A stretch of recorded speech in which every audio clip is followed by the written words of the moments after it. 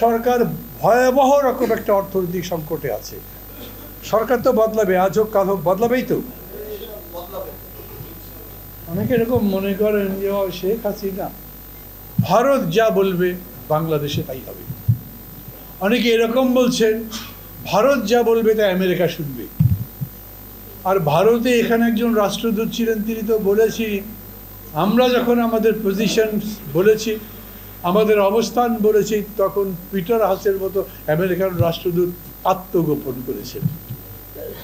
মানে আমরা যেরকম আত্মগোপন করি না, পুলিশ গ্রেপ্তার টেপ্তার করতে পারে, কি জানি পিনাকি বাবু কি বুঝে বলেছিলেন আমি বলতে পারবো না, কিন্তু রীতিমতো অপমানজনক একটা কথা।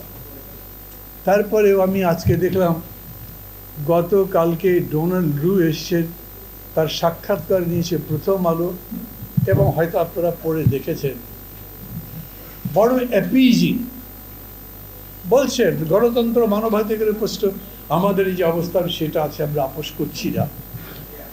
কিন্তু আপোষ তো হয়ে গেল, এরকম নির্বাচনের নামে একটা ফরটেন্টি তো হয়ে গেল, দাঁড়ালো না তো।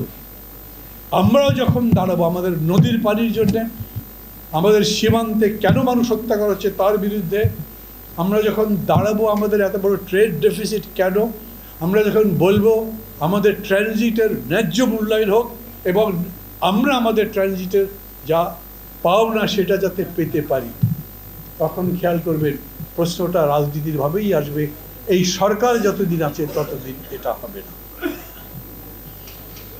সরকার তো বদলাবে, আজ হোক কাল হোক, বদলাবেই তো। অনেকে এরকম মনে করেন যে শেখ হাসিনা 5 বছর ওকে কেউ কিছু করতে পারবে না। কেউ আবার বলেন যতদিন জীবিত আছে তাকে নড়াতে পারবেন না। আর আমি দেখি সরকার এমনিই নড়ছে, কারণ রিজার্ভ নাই। এগুলো সবাই জানেন আপনারা। সরকার ভয়াবহ রকম একটা অর্থনৈতিক সংকটে আছে।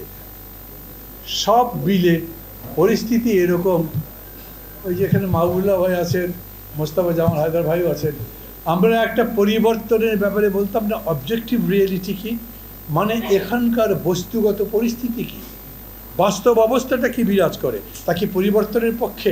আমি বলি সব দিক থেকে পক্ষে।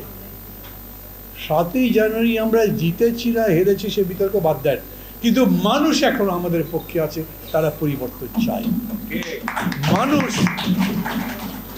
মানুষ এখন সমর্থন করছে এই জন্যে না যে ভারতকে দেখতে পারি যাব, আমার দেশের নির্বাচন হবে, ভারত ওখানে বলে আমার সিকিউরিটি প্রশ্ন বিবেচনায় রেখে নির্বাচন করতে হবে।